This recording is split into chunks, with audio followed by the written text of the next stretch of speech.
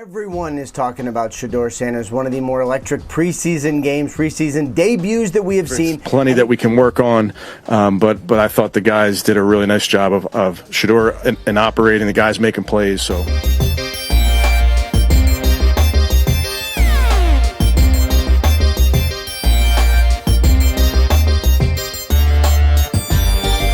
They say the NFL is about talent, that if you can play, the league will find a place for you. But Cleveland just gave us a reality check, because right now, one of the brightest young quarterbacks in football is about to walk away from the team that drafted him before he's even been given a real chance, and fans, they're furious. Theories flying everywhere. Behind the scenes politics. Oh, you have no idea. Before we tear into this insane story, do me a favor, smash that like button, hit that subscribe, and ring the bell so you don't miss a single second of drama in the NFL's most unpredictable season yet. Trust me, you're gonna want updates on this one. The night everything changed, it was a preseason game. No playoff stakes. No big headlines expected. A few die-hard fans, some bored, analysts, and the players grinding for roster spots most people will forget by September. That's the stage Shedeur Sanders stepped into, but in 3 quarters, everything changed.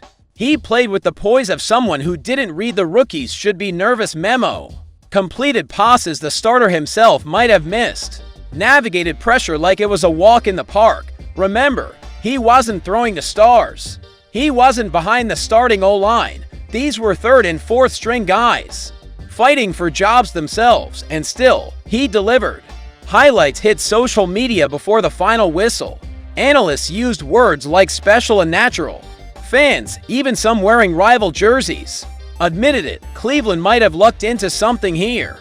The silence from the sideline side expect the coaching staff to be ecstatic, to start talking about evaluating first-team reps or keeping an open mind on the depth chart. Instead, when head coach Kevin Stefanski faced reporters, his reactions were flat, almost dismissive. Sure, he gave the simplest nod to Sanders' effort, but no real excitement. No sign that he'd just seen a rookie give the city a pulse for the first time in years. Just the safe, boilerplate, still a lot to work on. Think about that. A player over-delivers in every way, and the guy calling the shots downplays the entire thing. Whispers in the building thin. Words started leaking from inside the Browns facility. Some in the organization claim Sanders wasn't in the team's long-term vision.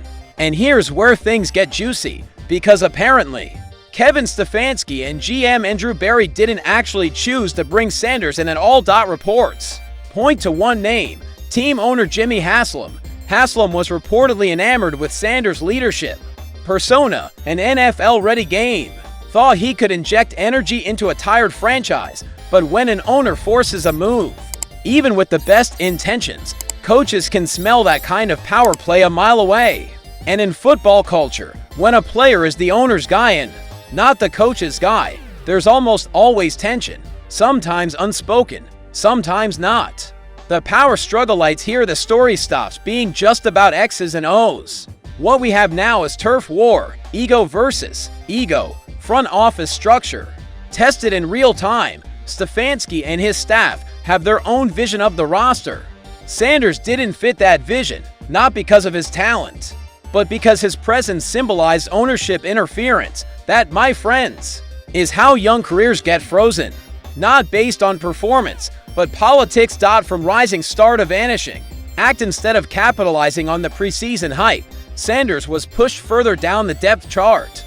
Reports say he wasn't seeing meaningful practice reps, not with the starters, not even with the second string. A breakout moment followed by nothing. It wasn't just slowing the process, it was erasing his momentum completely. Fans noticed. Media started questioning why a player who clearly showed potential was being iced out, and that's when some big voices, including NFL legend Shannon Sharpe, stepped into the fire with their opinions.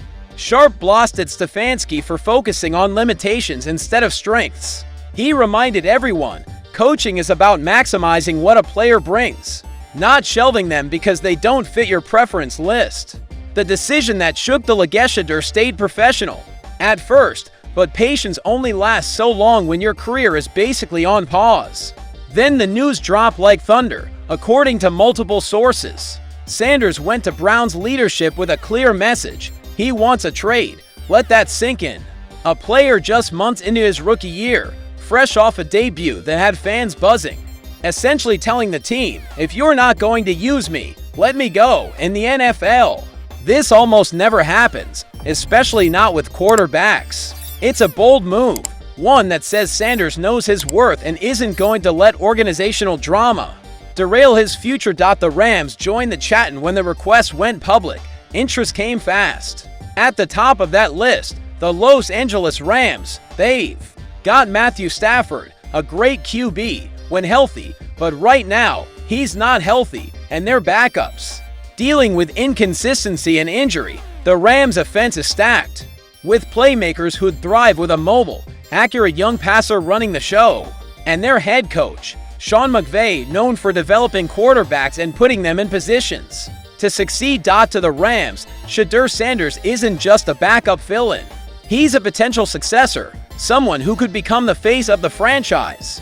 When Stafford's era comes to an end, ripple effects in Cleveland. If Cleveland actually lets him go, and he blossoms in LA, the fallout will be brutal. This wouldn't just be losing a backup. This would be a public case of a team letting ego steal them from their own success, handing another franchise a talent they refuse to nurture. For Browns fans already tired of rebuilding cycles and heartbreak, that's a nightmare scenario, and you can bet the media would replay it endlessly, turning it into a cautionary tale for every front office in the league. This drama isn't just entertaining, it's a highlight reel of the NFL's worst-kept secret. Talent doesn't always win in this league. Sometimes, politics do.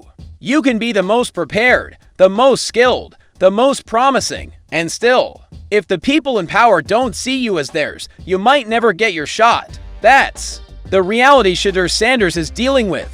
And unless Cleveland's leadership swallows its pride fast, the only real question now is which uniform he'll be wearing when he finally gets the opportunity he's earned. Right now, the ball's in Cleveland's court. Do they keep him shelved out of stubbornness, or trade him before the situation turns nuclear? And if the Rams or another QB-needy team lands him and his talent blows up on a big stage, the Browns won't just have lost a player.